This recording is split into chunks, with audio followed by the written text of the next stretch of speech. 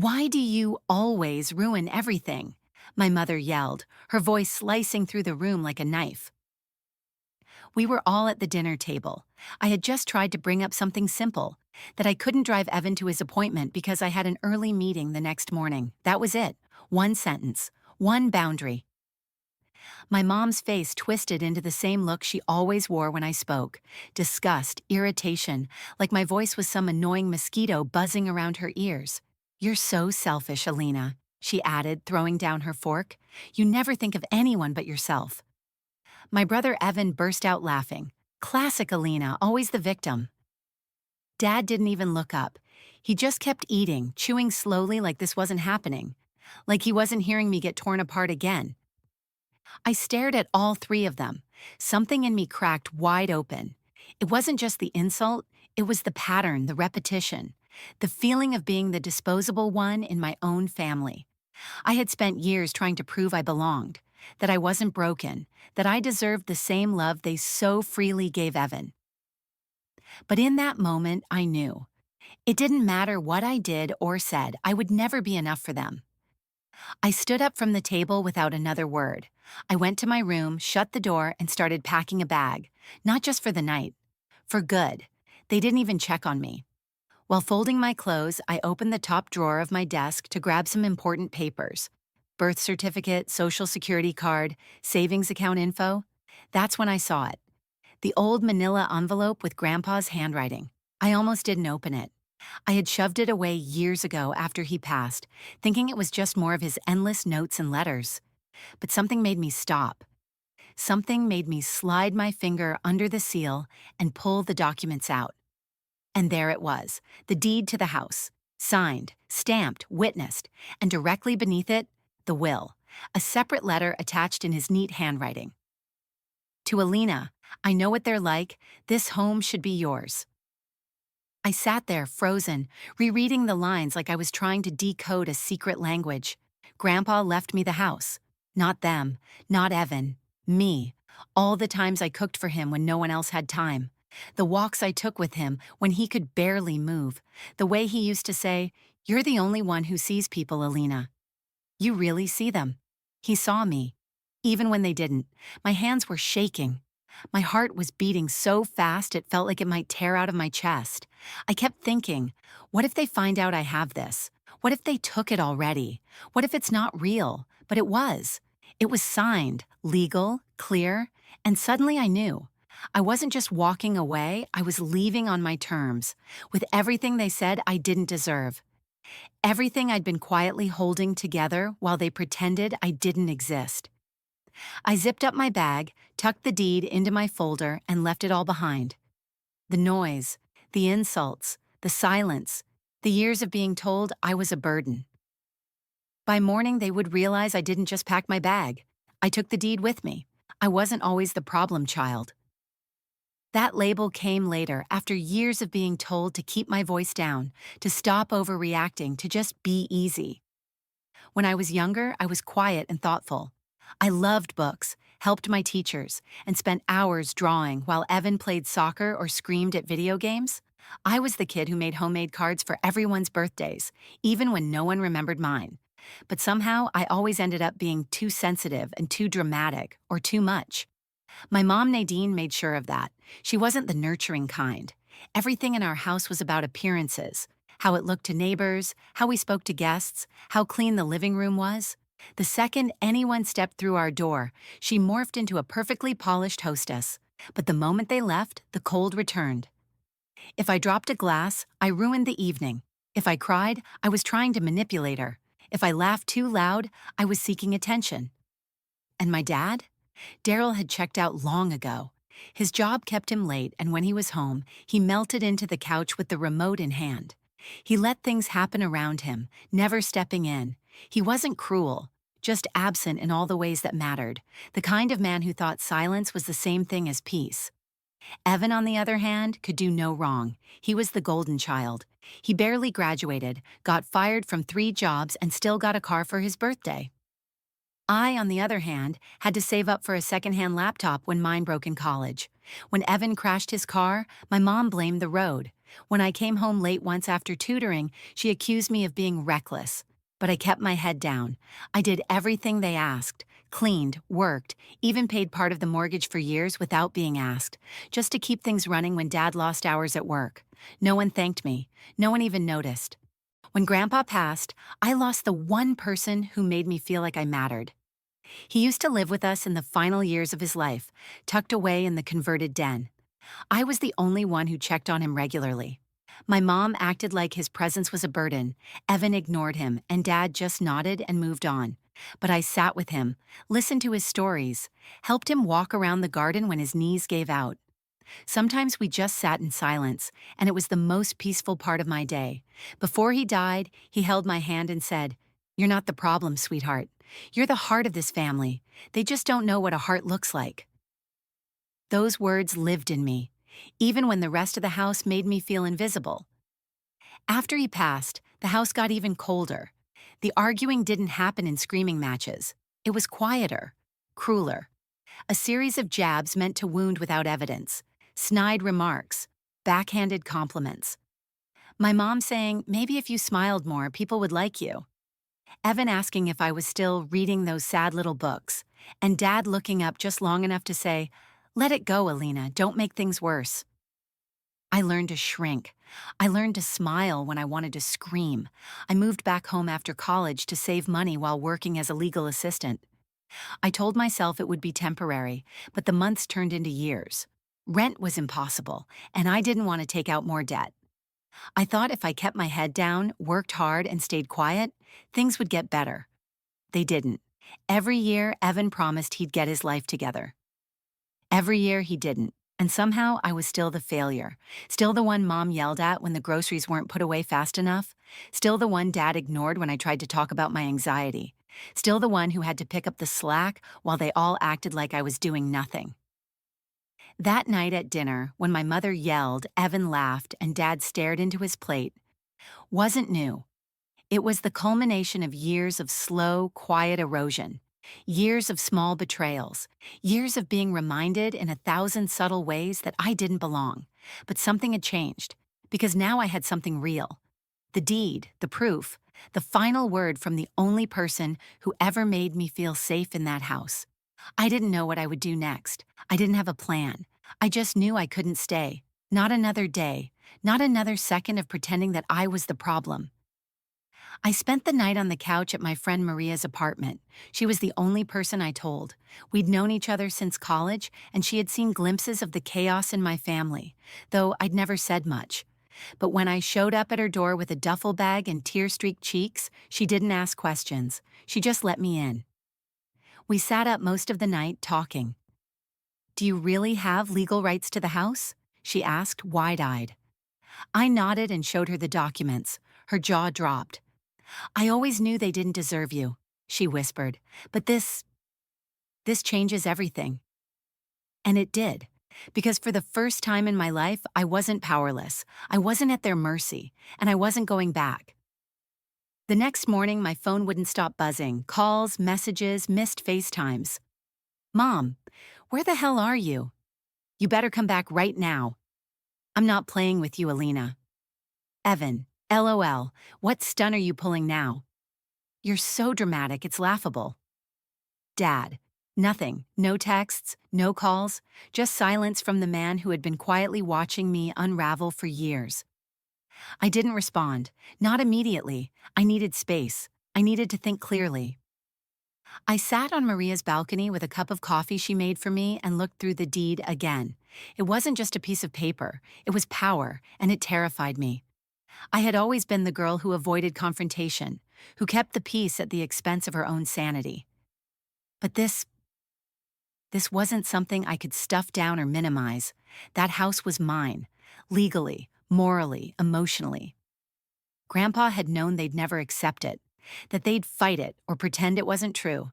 That's why he'd hidden it with me, trusted me to know when the time was right. And I did. I just hadn't realized the moment would come crashing down during dinner, over a simple request not to drive my brother. I needed guidance, so I reached out to someone from the law firm I worked at, Ms. Rivera, one of the senior partners. She had always treated me with more respect than I got at home, and I trusted her judgment. We met for coffee that afternoon. I explained everything, laid out the documents, and watched her expression slowly shift from confusion to interest to resolve. "This will is valid," she said, flipping through the pages, "and the deed is airtight.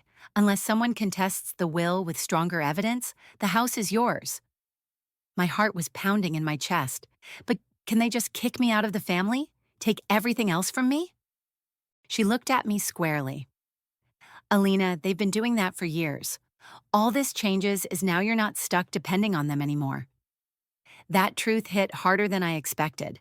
I had been cut off emotionally, mentally, and spiritually from my family for a long time, but I had still been clinging to the idea of being wanted, chosen, included. But when I stepped away and really looked, I realized something painful. I was never truly included. Not the way Evan was, not the way a daughter should be. When I didn't come home that day, things escalated. That evening, Maria got a call from her building security. My mother was downstairs, demanding to be let in. I looked over the railing and saw her pacing, phone in hand, barking into it like a woman possessed. She was wearing pearls. She always wore pearls when she wanted to look like she had control. "I'm not going down there," I said. My voice was shaking, but I meant it. We watched her call and call, then she disappeared for a while. Then my phone dinged. "Mom, you think this is over? You think you can do this to us? That house is ours, you're just squatting. You want to burn bridges? Fine. Don't expect to come crawling back when the world spits you out." She was unraveling. I could feel the panic through every word, and the more she panicked, the clearer it became. This wasn't about the house. This was about control. I had slipped out of her grip, and she didn't know how to handle that. Then Evan joined in. "Evan, did you seriously take that old man's lies seriously?" He was senile. Everyone knew it. "You're a joke, Alina. You're gonna lose this and come crying. You always do." I hadn't cried once, not since I left. That was new, and I didn't plan to start now. Ms. Rivera helped me prepare the next step, a formal notice of ownership backed by legal documentation. It would be mailed and emailed to both my parents. It clearly stated my legal claim to the property, provided the date of the transition per the will, and warned against any attempts to change or challenge it without going through proper legal procedures. It was calm, professional, and ironclad. The night before it was sent, I lay awake in Maria's guest bed staring at the ceiling. I wasn't scared of losing the house. Not really. I was scared of letting go of the last bit of hope I had left for a normal family. For a mom who hugged me when I was down. For a brother who stood up for me instead of laughing when I was in pain. For a father who looked me in the eye and said, "I'm proud of you." But hope can become a cage when it keeps you tethered to people who never plan to love you right. So I chose freedom instead. When I hit send on the documents the next morning, my hand didn't shake. I was done asking to be seen. Now I would make them look. I never imagined the first real decision I'd make for myself would involve evicting my own parents, but that's exactly what I was preparing to do. The letter had been sent. The legal documents were on file. My name was now connected to the property in every way that mattered. And the fallout began almost immediately. The phone calls stopped, so did the texts. No more rage, no more threats, just complete strategic silence. For a moment I wondered if they'd accepted it. Maybe they'd quietly back down. Maybe they'd finally realize I wasn't the same scared girl who used to beg them to listen. But I should have known better. 2 days later, I got an email from a lawyer I didn't recognize. Jonathan Creel, representing the Ray family. Apparently, Mom and Evan were planning to challenge the will, claiming my grandfather was mentally unfit when he signed it. I almost laughed. Grandpa had been clearer in his final years than anyone else in the house. He was meticulous, organized, sharp. He had documented every step of the process. The lawyer who helped draft the will? Still alive, still practicing, still very willing to defend it. When I met with Ms. Rivera, I expected her to be concerned, but she barely blinked. "They'll try to scare you," she said calmly. "But this case, it's rock solid. Let them come." And that was the moment the fear broke, because I realized this wasn't just about them versus me anymore. This wasn't about family feuds or bruised egos. This was about justice, about someone finally standing up to years of emotional abuse, manipulation, and erasure, and saying, enough.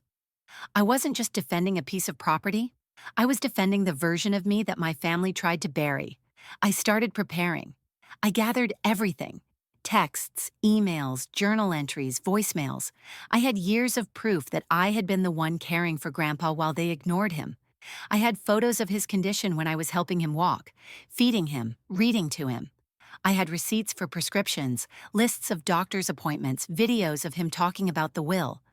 One night, I even found a voice memo I had recorded a year before he passed. I hadn't even remembered saving it. I pressed play. His voice crackled through the speaker. "If they give you trouble, use the papers." I meant it, Lena. That house is yours. You're the only one who made this feel like home.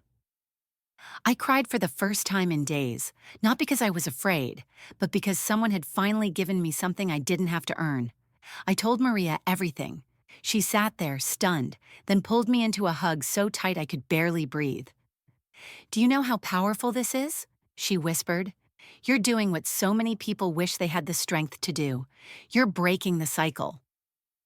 That word hit hard. Cycle. That's exactly what it was. The coldness, the favoritism, the denial of basic respect. It wasn't just something my family did.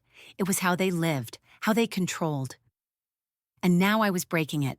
The next step was unavoidable. I had to return to the house, not to stay, just to make it official. With Ms. Rivera by my side and legal documents in hand, we scheduled a formal visit. They had received notice. They knew we were coming. They had 3 days' warning. I expected resistance, screaming, maybe even the police. What I got was worse: pretend politeness. My mother answered the door in full makeup and pearls. She smiled like we were old friends. Evan was on the couch, arms crossed, smirking like this was just some elaborate prank. My father stood in the hallway, hands in his pockets, not saying a word. "Well," my mother said, stepping aside, "I hope this charade makes you feel important." Ms. Rivera remained professional, handing over a final copy of the transfer documents and reminding them of the deadline to vacate: 30 days. "You'll be hearing from our attorney," my mom snapped. "Please have them contact us through the proper channels," Ms. Rivera replied. I didn't say a word until we turned to leave. I paused at the door, looking back at the house that raised me and broke me. "I didn't want it to end this way," I said softly, "but you left me no choice." Evan scoffed. "You're pathetic." "No," I said, meeting his eyes. "I'm free." And I meant it. The moment I stepped outside, I felt lighter, like I had been carrying 100 invisible pounds for years and finally set it all down.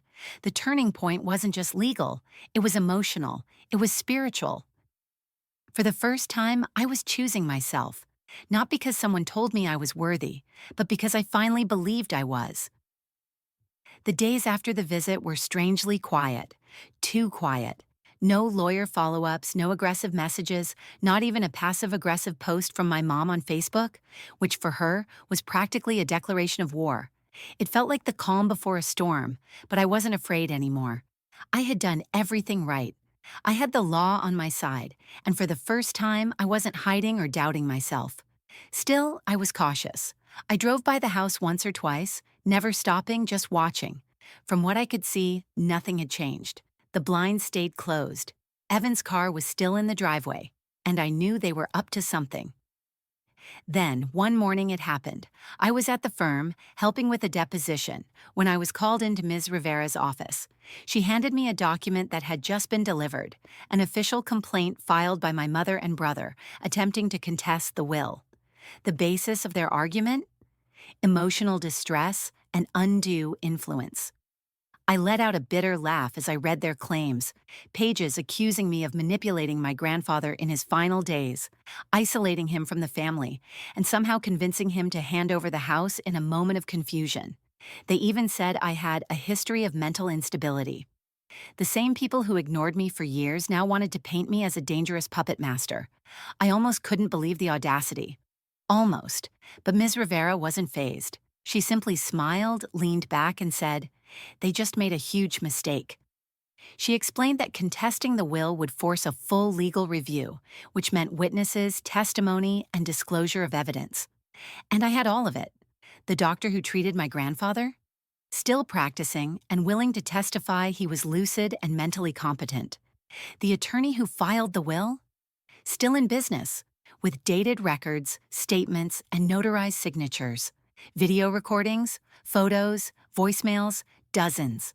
But more than anything, I had character witnesses, people who knew me, people who had watched me care for my grandfather with compassion while my family disappeared into the background. Neighbors, friends, coworkers, even the hospice nurse. And so, we let them proceed. We didn't block it. We didn't argue. We let them walk into the courtroom thinking they had the upper hand. The hearing was scheduled for 2 weeks later. By then, news had started to spread in our town. Small town whispers turned into murmurs. Alina's taking her parents to court. People stared when I walked into the grocery store. Some looked away, others smiled quietly, like they were proud of me but didn't want to say it out loud. The morning of the hearing, I wore a simple black suit. I looked myself in the mirror and didn't see the quiet, overlooked daughter anymore. I saw a woman who had survived a war no one knew she was fighting. In court, my mother walked in like she was accepting a trophy. Evan trailed behind her, wearing a smug grin and cheap sunglasses indoors. My father didn't come. I didn't even know where he was at that point, but the courtroom wasn't a dinner table. The judge didn't care about tone or tears. He cared about facts, and fact by fact, we dismantled their story. The doctor testified, the lawyer testified, I testified, and when I played my grandfather's voice memo, the one where he said, "This house is yours. You're the only one who made it feel like home." My mother's face collapsed. For the first time in my life, she looked small. Not angry, not powerful, just exposed. The judge ruled in my favor, swiftly, firmly, without hesitation. The house was mine. And more than that, their complaint was dismissed as baseless, emotionally motivated, and lacking legal merit. Outside the courtroom, reporters from a small local outlet tried to ask questions.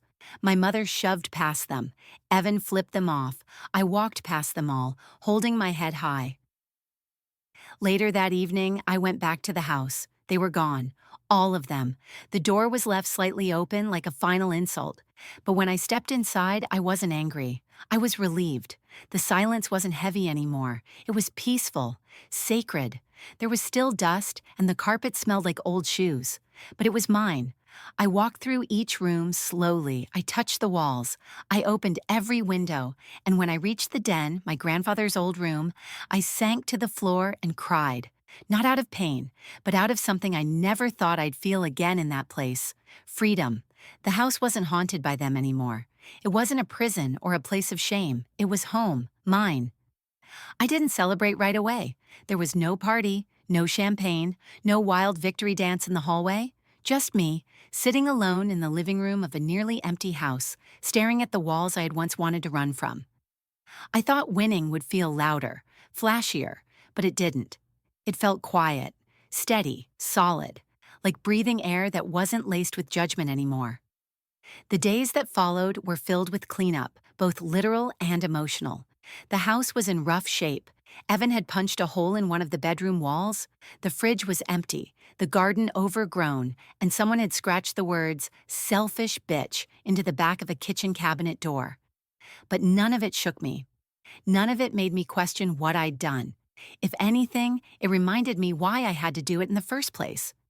They had left their mark everywhere, but now I had the chance to repaint all of it. I spent the next month reclaiming the space, one piece at a time. Fresh paint, new locks, plants in the windows. I pulled up the dusty carpet in the living room and found beautiful hardwood underneath. I turned the den, my grandfather's room, into a library and workspace, a place where I could think, write, and just be. Maria helped me with everything. She brought over meals, picked out curtains, helped me set up Wi-Fi. We laughed more in that 1 month than I had in the past 3 years. And then, something surprising happened. One morning I got a letter, a real one, handwritten. It was from my father. He apologized, not in a grand redemptive way, but in a tired, broken one. He said he didn't know how to stand up to my mother, that he had spent so long surviving the emotional chaos, he didn't realize he had become part of it. He told me he was staying with a cousin in another state and trying to figure out who he was outside of all of it. He ended the letter with, "I don't expect you to forgive me, but I do want you to know. I saw you. I always did. I was just too afraid to say it out loud." I didn't respond right away. I didn't know if I wanted to. But a few days later, I wrote him back. I didn't offer absolution. I didn't say, "It's okay." I told him the truth, that his silence hurt more than anything my mother or brother ever said. But I also told him I hoped he meant it, that I hoped he was finally trying, and that maybe, one day, we could talk again. As for my mother and Evan, they were gone, out of my life. I blocked their numbers. I deleted the emails. I refused to let their voices echo inside this house anymore. The real gift wasn't the deed or the courtroom win. It was the silence, the absence of their chaos, the way my heartbeat slowed when I walked through my front door, knowing no one was waiting to tear me apart. A few months later, I hosted my first real dinner in the house. Just Maria, a few coworkers, and some friends. I had grown distant from over the years. We ate pasta on mismatched plates and drank wine from old mugs because I hadn't bought real glasses yet. We laughed until we couldn't breathe, and for once I didn't feel like a guest in my own life. I felt like the host, like the architect of something new, something mine. If I learned anything, it's this. Sometimes the people who raise you will make you feel small so they can feel big. Sometimes the home you grow up in is the first battlefield you'll ever survive. And sometimes walking away isn't betrayal, it's rebirth. I didn't ruin the family. I refused to let it ruin me. And when I walked out with that deed in my bag, I wasn't just claiming a house. I was claiming my life.